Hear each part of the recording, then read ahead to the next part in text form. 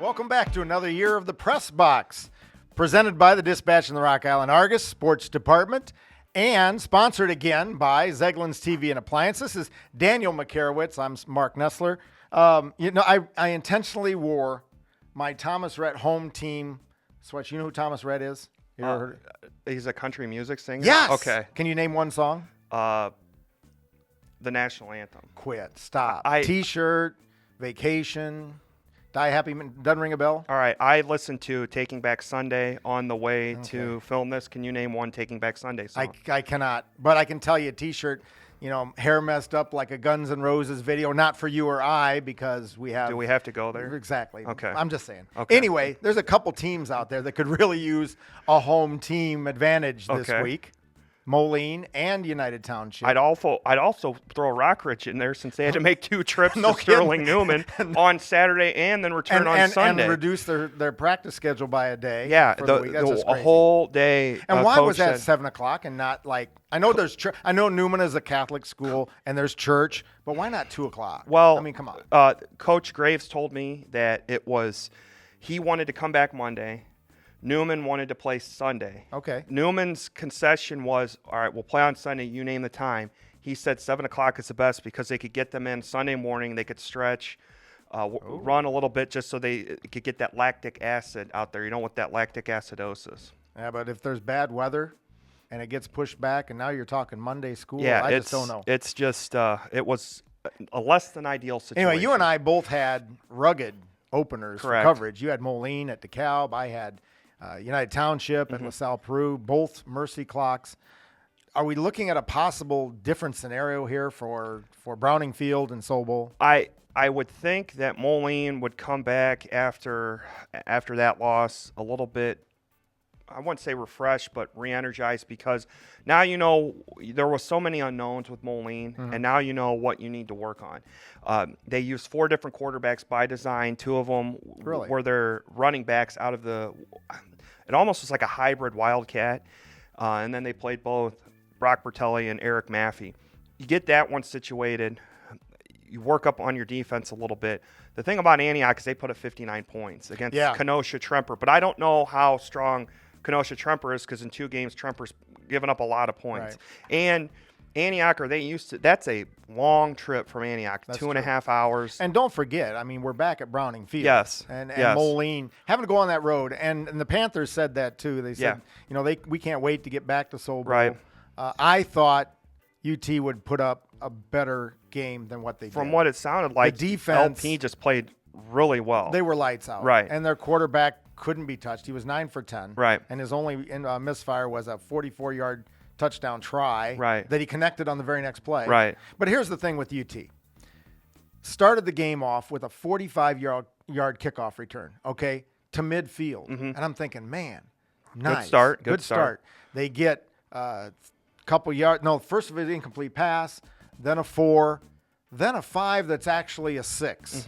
Okay? Because I'm sitting, I couldn't sit in the press box. I was, don't get me started. Don't get me started. Anyway, I'm sitting on the UT sideline among the fans, and I'm sitting right at that marker.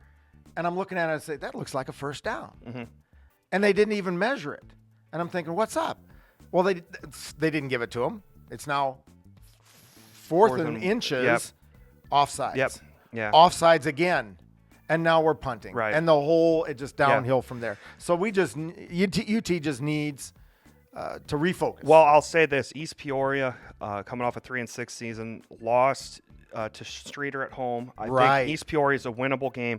Westchester St. Joseph, obviously UT killed them last year in the suburbs. On a Sunday. Yeah, those are 2 winnable games for UT. I still said UT could get in that 3-win mark. They can win these next 2, and we'll see about that. Of the 4 Quad City Metro teams, one is a favorite this week, according to Max Preps, which ranks each school. Which take a shot. I would have to say UT. It is UT. Okay. It is UT. Yes, because Rock Island going to Edwardsville, not easy. Not easy. Alleman having to go to Malone Field and Metamora, not easy. Right. Moline, that's a toss-up.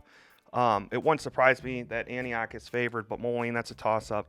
And then UT, yeah, I could see UT winning. Obviously, the most impressive in week 1 has to be Rock Island, right? Correct. I mean, there's so many offensive the fact weapons. that I like the turnovers. That last year that True. they only had 15 takeaways in one game. They had 5 takeaways. I think that's a very telling stat. That's something that can continue with that offense. That's huge for them. Now, but they go on the road. Correct. Edwardsville, long way. You talked about the trip that Antioch has to make. Yeah. Rock Island has to make a longer But trip. Rock Island seems to. Last year they had to go to. They Alton. went to Alton and they had and to go to and St. they took Joseph, care of business. Michigan. And they took care of business. Yep. Rock Island is kind of used to those road trips anyway because they have to make them. It's not seldom road trips; those are yearly road trips that they have to make. So Rock Island, as I said on television a couple days ago, it's just about surviving. If you can get down there, build some confidence, maybe get an upset, it's good. But I mean, it's a game where if they lose, they're supposed to. Yeah. Edwardsville is just that. But they're very talented right capable now. of winning. Correct. Very I would capable. say that they have a more explosive offense than Quincy has. So that, in that regard, And it's maybe going they to come can put up down to some points. turnovers. Yes, I mean, yes. I really think that, again. And it Edwardsville comes did down- not commit any turnovers against Quincy. Exactly. Well, they got a big guy, though. The guy that's Huge going guy. to. Oh, my. Number 99. Yes. Going to Iowa. Yeah, AJ and I spoke with him last night. Epinesa. Yeah. Soft E's is what he said. Soft E's. Soft E. Yeah, that's how you pronounce it. Okay. It's probably the only thing. I guess I missed that in Talking Spanish about his class. game of football. Correct. But, Yes. Oh, my God. Correct. He's huge. Yeah, he is. And I wonder if he knows Thomas Rhett. I Forget didn't it. ask him. Not I didn't ask him. Well, see, you got to ask the pertinent questions, okay? Okay. We'll get that straight. Okay. Alleman, 62 points. Did that surprise you? It surprised me a little bit. Yes. But except for the fact that the game took forever. Yes. I mean, They till just had a midnight. lot of questions coming into the season. Now, Peoria Notre Dame's They really, are good. really good. I would say Alleman's first 4 games out of anybody in our coverage area is the toughest. When you look at Peoria Notre Dame, at Metamora, at Sterling, hosting Rock Island. Very realistic that Alleman could start 0-4 because these are 2 tough road games.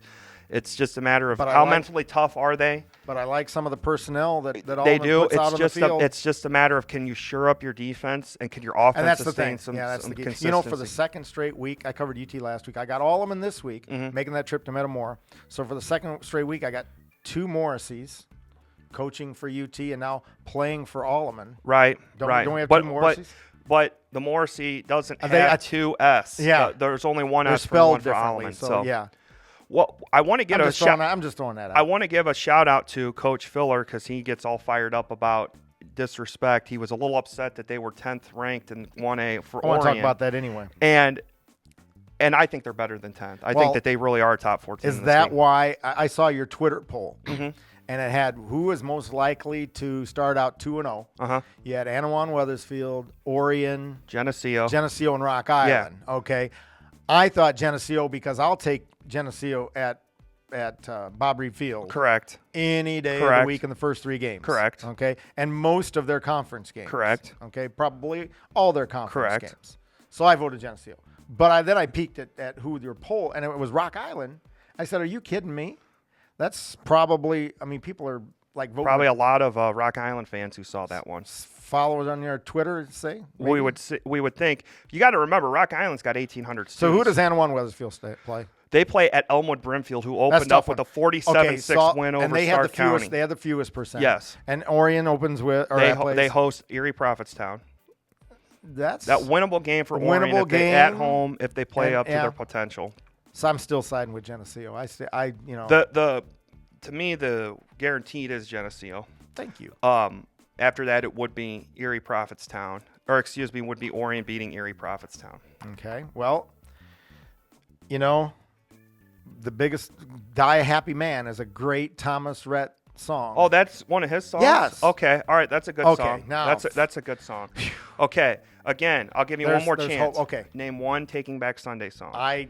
Taking Back Sunday. The only thing that I can think about when we take back Sunday is when the NFL starts. Okay. In a week. Touche. And then we'll be taking back Sunday. But one of my all-time unless you want to count the Grand Prix next week, which is one of my all-time favorite songs Sunday. is "Cute Without the E." Is that anything like the guy with Edwardsville that has the E soft E? That was a coincidence, but no. Oh, okay. That was a coincidence, but no. But just remember, anytime Taking Back Sunday on their album cover always has 152 on there as the exit to their home and what, on Long what Island. genre, like that word, of music is that? It's more of a rock, punk, emo. I think you'd like them. I think you'd like them. I'm going to stick with Luke Bryan. That's fine. Thomas Rhett, That's Blake fine. Shelton, Kinnick Stadium last week. Awesome. OIR, LeClaire Park, awesome show. I think it's time that we head out to the press box, the real press box on Friday night. Can't wait. We'll see you next week right here. Thank you, Zeglins.